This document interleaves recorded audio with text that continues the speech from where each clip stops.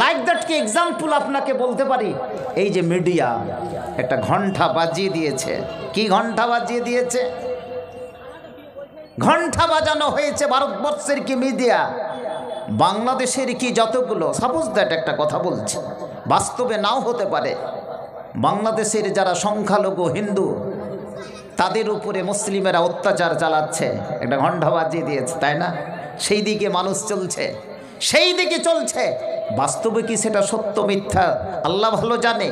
কিন্তু আজকে বাংলাদেশের মাটি থেকে যেই সমস্ত হিন্দু ভাইরা আজকে সরাসরি কি তারা মিছিলে হাজার হাজার লোক নেমে পড়েছে, আমরা বাংলাদেশের মাটিতে সবচেয়ে কি আমানতদারিতার সঙ্গে আমরা অত্যন্ত নিরাপদের সঙ্গে বসবাস করছি। ভারতবর্ষ সরকারকে, সারা বিশ্বের মানুষকে সেই বার্তাটাকে তারা দিয়ে দিয়েছে। নারে তাকবীর! এটা মানতে পেরেছেন তো? দেখতে পাচ্ছি কি মিডিয়ার যুগে ঘন্টা বাজিয়ে দিল, ঘন্টা বাজিয়ে দিয়ে এবারে লোক সেই দিকে কিনতে যেতে শুরু করলো। এমন একটা সময় আসবে যে ওই ঘন্টা অর্থাৎ মিডিয়া কিন্তু আর থাকবে না, নিচে বসে যাবে। কোথায় বসবে? নিচে বসে যাবে। আর এই ব্যাপারে যারা সহযোগিতা করেছে, এই ব্যাপারে যারা হাত নাড়িয়েছে, তারাও কিন্তু একদিন কিন্তু বিলীন হয়ে যাবে। আজ মুসলিমদের অবস্থা হয়েছে কি, ওই ঘন্টা কুড়ানো ছাড়ার কিছু নয়। ঘন্টা নিয়ে বাড়ি থেকে তুমি বসে থাকো, কিন্তু তোমার ভাই, তোমার আজকে মা বাবা, তোমার আজকে যে কোনো জায়গাতে মুসলিমদের উপরে কি অত্যাচার শুরু ভারতবর্ষের কি মাটিতে শুধু দেখে থাকলাম। ফিলিস্তিনের মাটির মুসলিমদেরকে কি খবর নেবেন, সিরিয়ার কি খবর নেবেন, আলজেরিয়ার কি খবর নেবেন, আর আফগানিস্তান আর শ্রীলঙ্কার খবর কি নেবেন, আর কাশ্মীরের কি খবর নেবেন? আপনার ঘরের খবর কি আপনি নেন ভারতবর্ষের মাটিতে? আজকে যে কোনো মসজিদকে আপনার সম্মুখে উড়িয়ে দেওয়া হচ্ছে, একজন মুসলিম কাজকে কি মেরে দেওয়া হচ্ছে।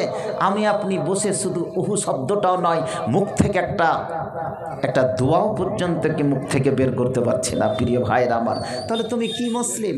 এক মুসলিম সেই মুসলিমের জন্য, এক মুমিন সেই মুমিনের জন্য ইয়াশুদ্ধ বাদহু কি বাদান, এমন একটা তারা টাটি, এমন একটা কি দেওয়াল, যেখানে করে তারা একটাই কি জাত।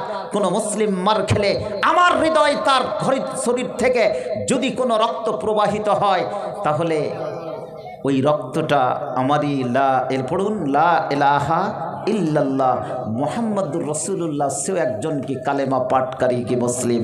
তাহলে তোমার কেন কি দরদ হয় না? প্রিয় ভাইরা আমার, আপনাকে আমি বক্তৃতা কি শোনাবো? যতগুলো এখানে শ্রোতা আছে সকলে আমার মতো, আমার ছাড়াও আপনি ভালো আজকে কি খবর রাখতে পেরেছেন? সকলকে যদি মেম্বারে চড়িয়ে দেওয়া যায়, আমার একসেপ্ট মি, দেন মি, আপনি ভালো বক্তৃতা দিতে পারবেন। কিন্তু বক্তৃতা দেওয়া লাভ কি যদি বাস্তবে যদি রূপদান করতে আর কি না পারে, প্র্যাকটিসিং মুসলিম যদি কে না হতে পারে? তাহলে কতজন আপনারা আজকে কোরআন পড়তে জানেন? হাত উঠান তো দেখি, হাত উঠান। মাশাআল্লাহ, কোনো পার্সেন্টেজ হবে? বাংলায় কোরআন মাজিদ পড়ছেন না আরবিতে? মাশাআল্লাহ, আরবিতে। ওটা কি শামীম ভাই নাকি না মতিউর ভাই? যা হোক, কোরআন মাজিদ পড়তে জানেন। কোনো পার্সেন্টেজে মনে হয় এখানে করে দৌলতপুরে আছে, আমি এতটুকু আশা করতে পারিনি। আজকে আপনার ইমান, আমার আজকে ইতিকাদ, সমস্ত ইমান যে কোনো মুহূর্তে, মিনিটের মধ্যে আপনার কি ইমান কেড়ে নিতে পারবে। ওবায়দা বিন জাররা, যার ইমান ছিল কি পোক্তা টাটকা, যার প্রমাণ হাজরাতে দ্বিতীয় খলিফা তার সম্মুখে যাকে কমান্ডার ইন চিফ করে পাঠানো হয়েছিল, তাকে তিনি শুনিয়ে দিলেন আমি এই কাজ করেছি। কোনো সেখানে করে তার উপসংহারে তিনি উঠলেন, তুমি একজন আমিরুল উম্মাহ ইন্টাইটেলড করা হয়েছিল। প্রিয় ভাইরা আমার, এবারে এই আমানতদারিতা রক্ষার খাতিরে কয়েকটি টিপসের মধ্যে একটা যুক্তি দিয়ে বুঝালাম। আর কবি জসিমউদ্দিনের সেই কবর কবিতার দৃষ্টান্ত আমি কোনো সফরের বক্তৃতার ভূমিকায় আপনাদেরকে টানলাম, এবং সিরিয়ার কি সীমান্তবর্তী এলাকার জায়গা থেকে আপনাদেরকে একটি ঐতিহাসিক রেওয়ায়েত শোনালাম।